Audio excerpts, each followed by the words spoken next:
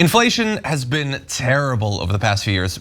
Regular products that you probably have to buy, services you have to pay for, routinely getting jacked up prices over the past few years. And there were a lot of different explanations as to why prices had to rise so much.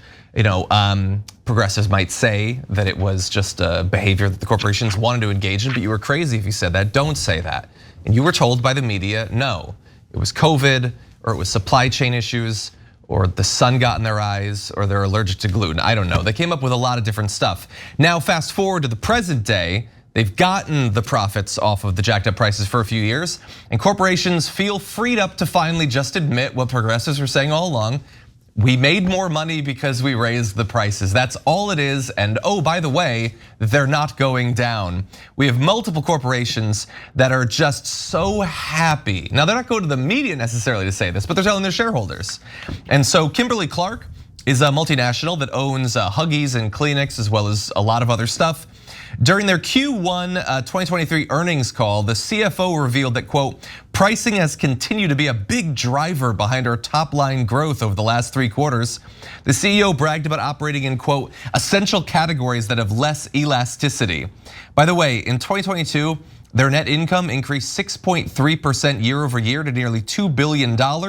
They were able to reward their shareholders with $1.7 billion in stock buybacks and dividends. Isn't that always the way that it works? Another corporation, Tyson, owns Jimmy Dean, Hillshire Farms, those sorts of things. Their executives touted, quote, significant pricing power of our portfolio with a year-over-year increase of 7.6%. They also saw additional billions in earnings, and then they also spent more on stock buybacks, but only a bit. They only increased it by 948.5%. So again, like we could go through other corporations. It's all out there. They have to report this eventually.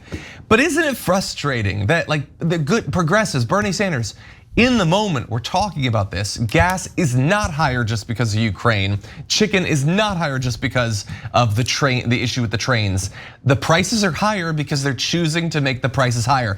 And as the profit reports started to come in, that should have been the end of the myth. You can say that the price has to go high because the costs are higher, but if your profit is going up by a massive amount, then the game is done at that point. But the issue is all of the media outlets who had a duty to make sure that people understood this is why it was happening, the people who own those own stock in these companies. They wanted the price to be jacked up because they'll make more money off of it. And a rich person does not spend 1,000 times as much as you do on gas and chicken. It's a very minor thing for them. But when you're paying every dollar that you make, it's a big deal to regular people. So I actually think this is not as big of a problem for corporations as it is of corporations as it is of the media and politicians. So here's what I mean by that. Look, I was talking to a small business owner that I know, and I said, any chance that inflation goes down at some point? And he said no, because look, we already raised prices, and you could fill in the blank on who we is, right? And it's pretty much almost all the companies. Now it's breaking news when a company has not raised prices, like Costco didn't raise prices, and that was a big deal. We didn't raise prices on membership, not a big deal, but I am saying it and I feel good about that. And so it was a choice and we chose not to, and other bigger companies chose not to as well. But once you raise the prices and people pay it, there is no business that's going to bring the prices back down, okay? That's just the reality. Let's move on. Okay, you're not going to be able to fix that. So now that turns to the issue of of the media and politics. So saying that inflation is real, true. The media should say that. What's causing it? Well, when they say things that aren't true about what's causing it, that's a big problem. Now, when it comes to COVID and supply chain issues, those were real. They did partially cause it, so I'm not saying don't say those. I'll come back to that in a second. But there was one thing that definitely did not cause it, which the media usually gave the top culpability to: wages. And we showed it to you here on the Young Turks. We showed you MSNBC anchors and Fox News anchors and CNN anchors, and they all magically agreed. The guys who are not supposed to agree, they all agreed the real problem was wages were too high, and that's what was causing inflation. And that is just not true. It's an atrocious lie, and it's meant to keep your wages as low as possible while they're jacking up the profits. So it's one thing to make extra profits, brag about it in your investor calls, and then send the loot back to your shareholders. That's partly how things work, right?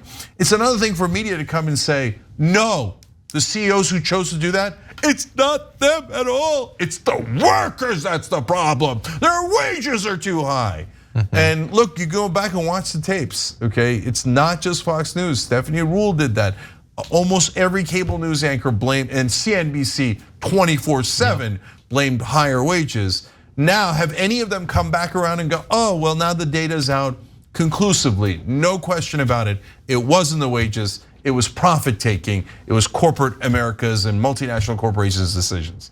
I got news for you. CNBC did that story 0 times. Yeah, very consistent with that.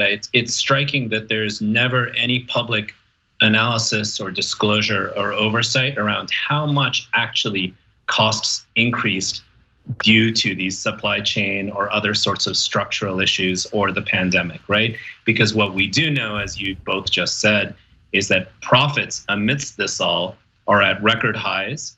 Stock buybacks are at highs, right, as you reported on, and bonuses for execs are at possibly record highs as well. So I think it's pretty telling, right? It's an excuse. It's an excuse to engage in more disastrous actions toward workers and consumers, right? Inflation isn't some actual magic economic structural outcome.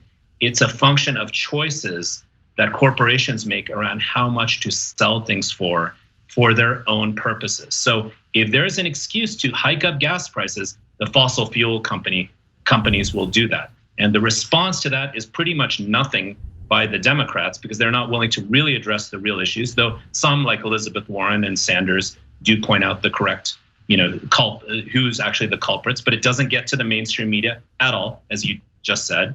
And then in addition to that, we don't really see any sort of disclosure or analysis around how this is actually able to create and generate even greater corruption for corporate execs and generate a response that is populist in its nature by the Republicans saying, oh, well, we're just gonna drill more, destroy the planet, destroy local communities, poison people, and have energy independence, because that's the only other palatable outcome for the fossil fuel industry, right? Because then it's like more business, right? More business. So actually, the master are the corporations. And so I took this story and applied it to the fossil fuel industry because I think they're the most egregious of all.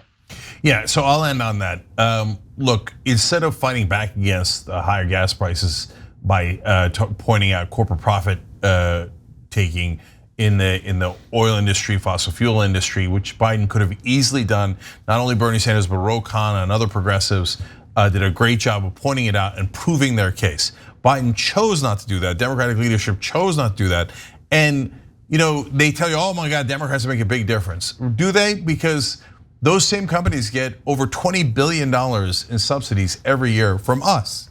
They take money out of all of our taxes, out of our checks, and give it to ExxonMobil and some of the most profitable companies in the world. How come when Democrats get in charge, whether it's Clinton, Obama, or Biden, they don't get rid of these subsidies, some of them which have been around for over 100 years, where they're giving money to the most profitable companies that don't need it at all for no goddamn reason, and they take our hard-earned money to do it? How come they never do that? Because they're also corrupt. Do not believe the mainstream media when they tell you, oh, Republicans, when they take money, that's terrible. When Democrats take it, they're angels. It doesn't affect them at all. They never regulate corporations, and we have all these billions of dollars in giveaways in subsidies because, oh golly gee, there was nothing Democrats could do. No, they're choosing not to do anything about that or inflation in regards to what corporations are doing because they're funded by those same corporations. That's on this reality-based earth, not on the alternate reality that Washington and mainstream media live in, where Democrats are angels and unaffected by all that cash that they get. Thanks for watching The Young Turks, really appreciate it. Another way to show support is through YouTube memberships. You'll get to interact with us more. There's live chat emojis, badges. You've got emojis of me, Anna, John, JR. So those are super fun. But you also get playback of our exclusive member-only shows and specials right after they air. So all of that, all you gotta do is click that join button right underneath the video. Thank you.